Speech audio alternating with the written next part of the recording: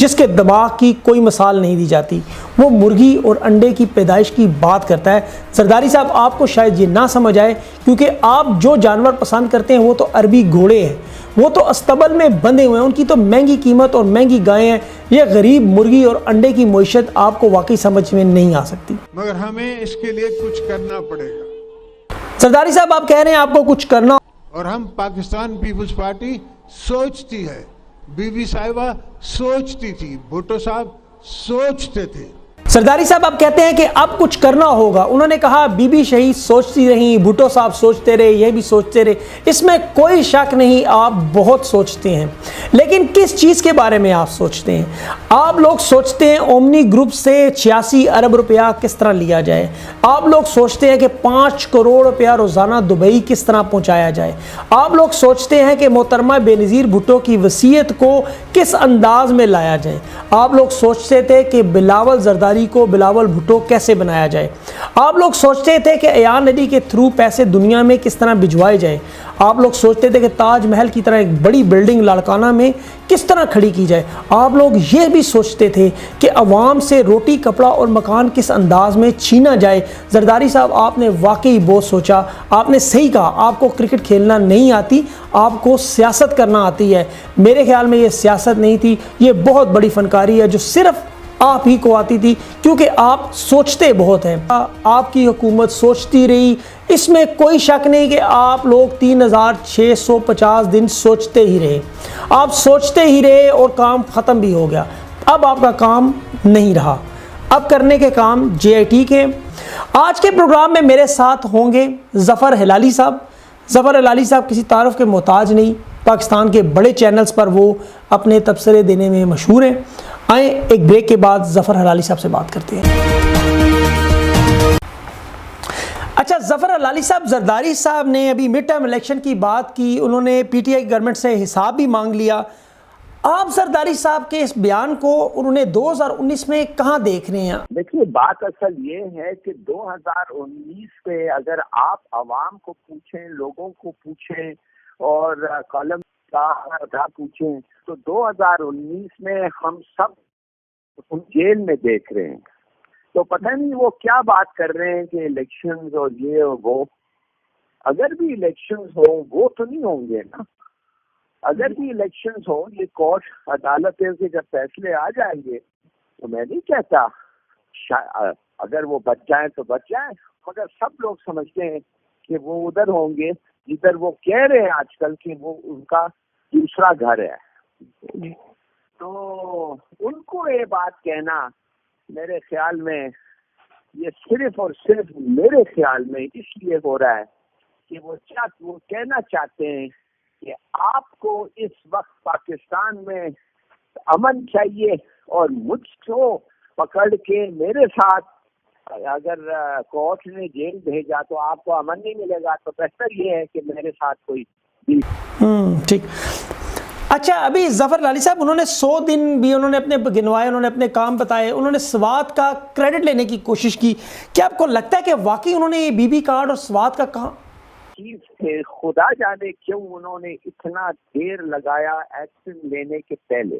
جی ان کا ہر وقت یہ ڈیفینس ہوتا تھا کہ عوام ساتھ ہونا چاہیے, اور جب الیکشن ہو گئے تو شاید انہوں نے سوچا کہ اب عوام ساتھ ہے.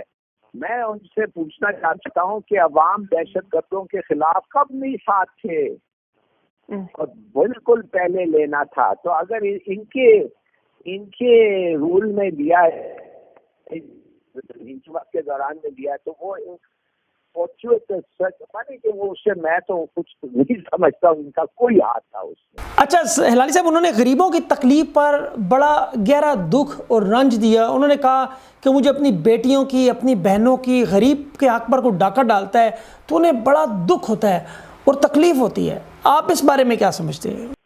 اس وقت جو ووٹ پڑ رہا ہے پیپلز پارٹی کو اور شاید دوسرے لوگوں کو بھی, وہ اس وقت سندھ میں کم سے کم وہ اس وقت پڑ رہا ہے کہ لوگ ختم ہو گئے ہیں, بھوکے ہیں. آج کل ایک بریانی کی پلیٹ کے لیے آپ کو ووٹ ملے گا. آج کل اس حالت ہو گئی ہے جو لوگ مر رہے ہیں بھوکے اور پیاس سے. ان کے پاس 10 سال حکومت تھی اور انہوں نے کیا کیا؟ پانی کا کیا کیا؟ کنالوں کا کیا کیا؟ 11 سال سے کنال نہیں صاف ہوئے. آپ پوچھے گندم جو کاٹتا ہے جس کو کہا گیا ہے تمہیں 1300 روپیہ ملے گا فی مونڈ، اس کو 1060 مل رہا ہے، باقی کس کے جیب میں جا رہے ہیں؟ یہ باتیں سب چھوڑیں جی، ہم ایکچوئل سچویشن ہم جانتے ہیں. یہ سیاستدان نے ہمیں کتنے سالوں سے لوٹ کے ختم کر دیا ہے. اچھا حلالی صاحب یہ بتائیں کہ ابھی آپ نے دیکھا کہ میڈیا کے ایک کیمرہ مین کے منہ پر ایک باڈی گارڈ نے لات ماری، وہ میاں صاحب کا پرسنل گارڈ تھا، وہ باڈی گارڈ تھا. اب کیا اس طرح کے لوگوں کے لیے قانون کوئی بھی نہیں ہے؟ کیا یہ لوگ ان کے باڈی گارڈ جس کو چاہیں جب چاہیں مار سکتے ہیں، کہنے پوچھنے والا کوئی نہیں ہے؟ اس بارے میں آپ کیا کہیں گے؟